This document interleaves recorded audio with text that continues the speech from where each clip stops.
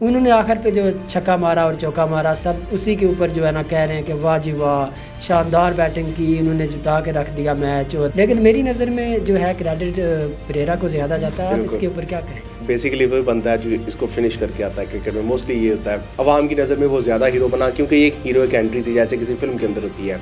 रही बात परेरा की, तो परेरा ने 200 के स्ट्राइक रेट्स के साथ खेला और फिर उसने उसको मारा जिसको नहीं मारा जा सकता था, लेकिन वो टारगेट थोड़ा होने की वजह से मार खा गए।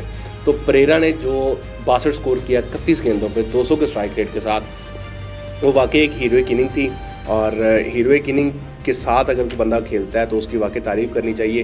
दूसरा, आमिर पे हैविली रिलाया था कि 19th ओवर बहुत अच्छा कर जाएगा, और अगर उसमें वो कंटेन कर जाते, वो 20+ होता, 15+, 18+ भी होता स्कोर जो आखिरी ओवर के लिए बचा था, तो कोयटा ग्लैडिएटर्स की जीत आसान थी। बेड़ी चोटी का जोर लगाते हैं, बॉलिंग भी अच्छी कर रहे हैं, बैटिंग भी अच्छी कर रहे हैं, इनकी कैप्टेंसी भी अच्छी होती है। मेन चीज़ जो मैं समझता हूँ कि आपकी फ्रेंचाइज के साथ जो ताल्लुक होना, या आपका ये समझ लिया जाना कि पैसे के लिए खेलता है, वो फैक्टर्स मैं एक साइड पे करता हूँ। लीग्स में जाते हैं, वहाँ पे इंटरनेशनल मैच वाला प्रेशर भी नहीं होता।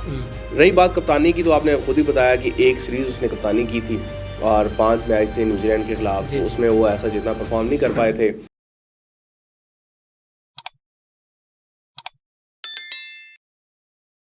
अस्सलाम वालेकुम, मैं हूं काशिफ जवेद। आप देख रहे हैं QC TV program the cricket review के साथ। आपके साथ आज बातचीत करेंगे। हमारे साथ मौजूद हैं यासर रऊफ जोया साहब। सलाम सर, कैसे हैं? वालेकुम सलाम, कैसे हैं काशिफ भाई? मैं ठीक ठाक। आज काशिफ सलीम नहीं तो काशिफ जावेद सही। जी जी बिल्कुल।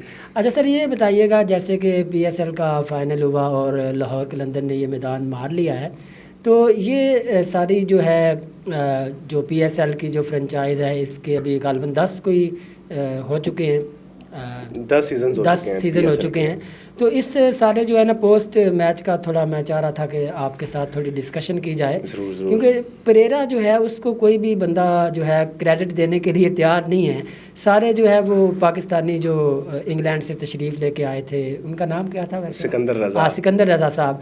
उन्होंने आखिर पे जो छक्का मारा और चौका मारा, सब उसी के ऊपर जो है ना कह रहे हैं कि वाह जी वाह, शानदार बैटिंग की, उन्होंने जुटा के रख दिया मैच। और अगर वो इंग्लैंड से ना आते तो शायद जो है वो लाहौर कलंदर वाले हार जाते।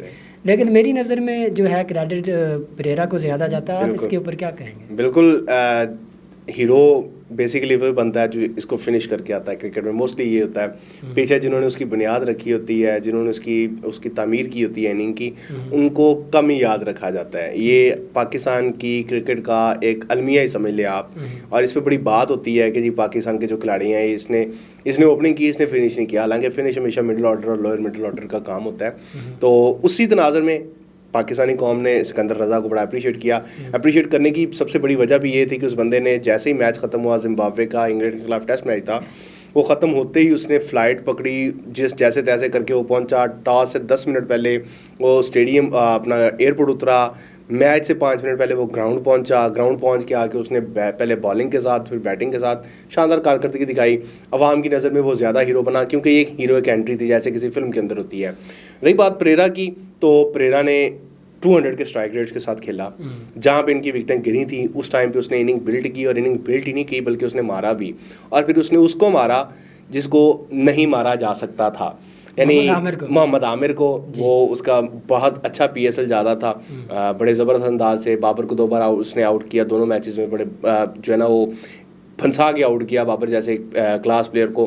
तो बैटल विन कर चुके थे मोहम्मद आमिर, लेकिन उन्होंने जब डिलीवर करने की बारी आई तो परेरा उस टाइम उनके असाब पे वैसे ही हावी हुए जैसे पिछले साल वर्ल्ड कप में USA वाले हावी हो गए थे सुपर ओवर में। तो उनको 18 स्कोर लगा, मैच का 5 पलटा। फ़हीम ने बचाने की बहुत कोशिश की, सेकंड लास्ट बॉल तक गेम गई, लेकिन वो टारगेट थोड़ा होने की वजह से मार खा गए। तो परेरा ने जो 62 स्कोर किया 31 गेंदों पे 200 के स्ट्राइक रेट के साथ, वो वाकई एक हीरोइक इनिंग थी। और हीरोइक इनिंग के साथ अगर कोई बंदा खेलता है तो उसकी वाकई तारीफ़ करनी चाहिए। वो उस सिकंदर रज़ा के चौकों और छक्कों की रोशनी में गुम हो गए, उनकी चकाचौंध में वो बैकफुट पे चले गए, बैकग्राउंड में चले गए। लेकिन अगर सिकंदर रज़ा हीरो है तो परेरा भी हीरो है। अच्छा, इसमें जब मैच ये चल रहा था, जब आमिर ओवर कर रहा था। आमिर को गालबन जो है ना आते ही यासर ने चौका मारा पहली गेंद के ऊपर, ठीक है, और फिर यासर आपके सामने बैठा है, यासर ने नहीं मारा, सॉरी उनका सिकंदर सिकंदर रजा ने। हाँ सॉरी सिकंदर रजा ने उनको चौका मारा। लेकिन जब तक 4 ओवर बाकी थे तो ऐसे लग रहा था कि शायद लाहौर कलंदर के लिए जीतना काफ़ी मुश्किल है, क्योंकि उस वक्त भी क्योंकि उनकी बॉलिंग अच्छी थी अपना कोयटा ग्लैडिएटर्स की, आमिर का भी अभी 1 ओवर और बाकी था। तो ये क्या वजह बनी है कि जो है वो कोयटा ग्लैडिएटर वाले प्रेशर नहीं बर्दाश्त कर सके और एक जीता हुआ मैच उन्होंने दे दिया? नाइट कंडीशंस में ना, बेसिकली नाइट कंडीशंस में बैटर के पास ज़्यादा चांस होता है, अगर हल्की सी भी ड्यू मिल जाए तो वो उसके लिए हिटिंग करना थोड़ा सा आसान हो जाता है, खासकर जो है पेसर को। आमिर पे हैवीली रिलाई कर रहे थे। एक उन्होंने गलती की थी जो उनको बहुत महंगी पड़ी, और वो गलती थी वसीम जूनियर को निकालना और खुरम को लेके आना। Wasim junior specially yorker master है, वो बहुत अच्छे यॉर्कर करता है, रिवर्स स्विंग करता है। इस कंडीशन में जहाँ पे उसको मदद मिलनी थी रिवर्स स्विंग की लास्ट ओवर्स में, वो उस एज से महरूम हुई कोयटा ग्लैडिएटर्स, पहली चीज़। दूसरा, आमिर पे हैवीली रिलाय था कि 19th ओवर बहुत अच्छा कर जाएगा, और अगर उसमें वो कंटेन कर जाते, वो 20+ होता, 15+, 18+ भी होता स्कोर जो आखिरी ओवर के लिए बचा था, तो कोयटा ग्लैडिएटर्स की जीत आसान थी। लेकिन वो 18 खा गए। वो प्रेशर जो उन लाहौर कलंदर पे था वो लास्ट ओवर में कोयटा ग्लैडिएटर्स पे आ गया, और फिर वही हुआ जो तारीख में होता आ रहा है कि जो बहादुर होता है उस फतह उसका मुकद्दर ठहरती है। अच्छा, ये तो बातें सारी हो गई, सारा जो है ना PSL के जो है ना 10 सीज़न भी हो चुके हैं, लेकिन अभी जो इससे सारी जो आउटपुट सामने आ रही है, जैसे कि शाहीन शाह अफरीदी की बात कर लेते हैं, ये कैप्टन थे लाहौर कलंदर के। ये ऐसे लोग ये कुछ अरसा जो है ना कौमी टीम के भी कैप्टन रहे हैं। जब ये कौमी टीम के कैप्टन होते हैं वहाँ पे ये सही डिलीवर नहीं करते। जब ये प्राइवेट कोई सीज़न इस तरह के खेलते हैं वहाँ पे बड़ा दिल लगा के और जनाब एड़ी चोटी का जोर लगाते हैं, बॉलिंग भी अच्छी कर रहे हैं, बैटिंग भी अच्छी कर रहे हैं, इनकी कैप्टनसी भी अच्छी होती है। लेकिन जब ये कौमी टीम में आते हैं ये ऐसे होते हैं जैसे इनको ना बॉल कराने का पता है ना कैप्टनसी का पता है। तो ये क्या एटीट्यूड है, ये इसकी वजह क्या है? इसमें ना मेन चीज़ जो मैं समझता हूँ कि आपकी फ्रेंचाइज के साथ जो ताल्लुक होना, या आपका ये समझ लिया जाना कि पैसे के लिए खेलता है, वो फैक्टर्स मैं एक साइड पे करता हूँ। लीग में जो मैं चीज़ टेक्निकली मैंने चीज़ देखी है कि वहाँ पे आपको 1-2 बैट्समैन ऐसे बैटर्स ज़रूर मिलेंगे जिनको आप इजीली टारगेट कर सकते हैं, और बैटर्स को 1-2 बॉलर ज़रूर मिलेंगे जो 120-125 की रेंज में बॉलिंग करते हैं, तो बैटर्स उनको टारगेट करके अपना स्कोर सेटल कर लेते हैं। ये जब लीग्स में जाते हैं वहाँ पे इंटरनेशनल मैच वाला प्रेशर भी नहीं होता। एक इंटरनेशनल मैच होता है उसका प्रेशर एक अलग है, लीग मैच का प्रेशर वो नहीं है जितना एक इंटरनेशनल का है, क्योंकि वहाँ पे आपको स्कोर है, हर चीज़ है, वो एक काउंट हो रही होती है, मैटर कर रही होती है। लीग में ऐसा जितना मैटर नहीं कर रहा होता। जिसने आपको बुलाया, जिसने आपको ख़रीदा है या जिसने आपको अपनी टीम में शामिल किया है, आप उसको 10 में से 2 मैच भी जिता के देते हैं तो समझ लें कि जितनी कीमत उसने आपकी लगाई है वो आपकी उनकी अदा हो गई, आपने अपनी रोज़ी हक हलाल कर ली। अच्छा। तो वहाँ पे 2 मैच जितवा लेना बहुत बड़ी बात होती है। शाहीन किसी दौर में हर लीग की ज़रूरत बन गया था और उसको सबसे महंगा खिलाड़ी भी बिकता रहा इंग्लैंड में। उसके बाद उसने दुबई में आया, उसने लीग्स खेली, बहुत अच्छा बिका। रही बात कप्तानी की, तो आपने खुद ही बताया कि एक सीरीज़ उसने कप्तानी की थी और 5 मैच थे न्यूजीलैंड के ख़िलाफ़, तो उसमें वो ऐसा जितना परफॉर्म नहीं कर पाए थे और एकदम से कप्तानी बदली थी।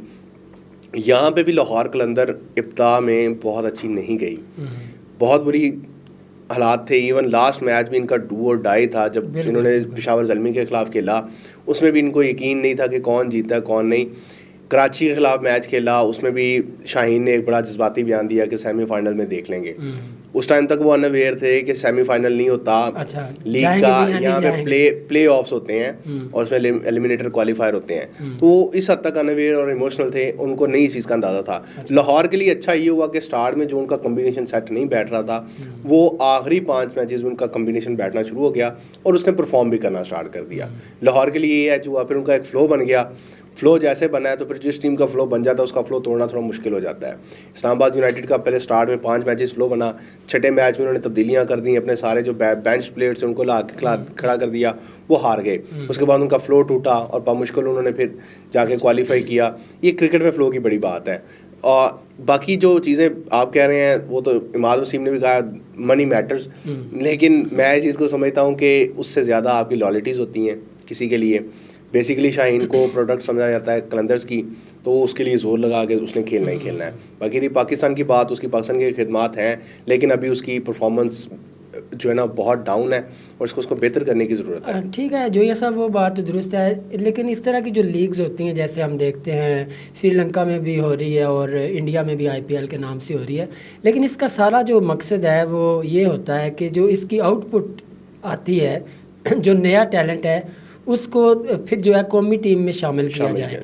तो आपकी नज़र में ये जो अभी PSL 10 की जो लीग हुई है, फिनिश हुई है, तो इसमें से कौन सा ऐसा जो नया टैलेंट है जिसको कौमी टीम में शामिल करना चाहिए और कौन से ऐसे लोग हैं जिनको कौमी टीम से निकालना चाहिए? आप क्या कहते हैं? निकालने वाला तो अभी आपने देखा है कि काफ़ी बड़े नाम गए ड्रॉप हुए हैं। तो शाहीन बावजूद इसके कि उसने ट्रॉफी जीती है, वो बांग्लादेश के खिलाफ T20 स्क्वाड का हिस्सा नहीं है।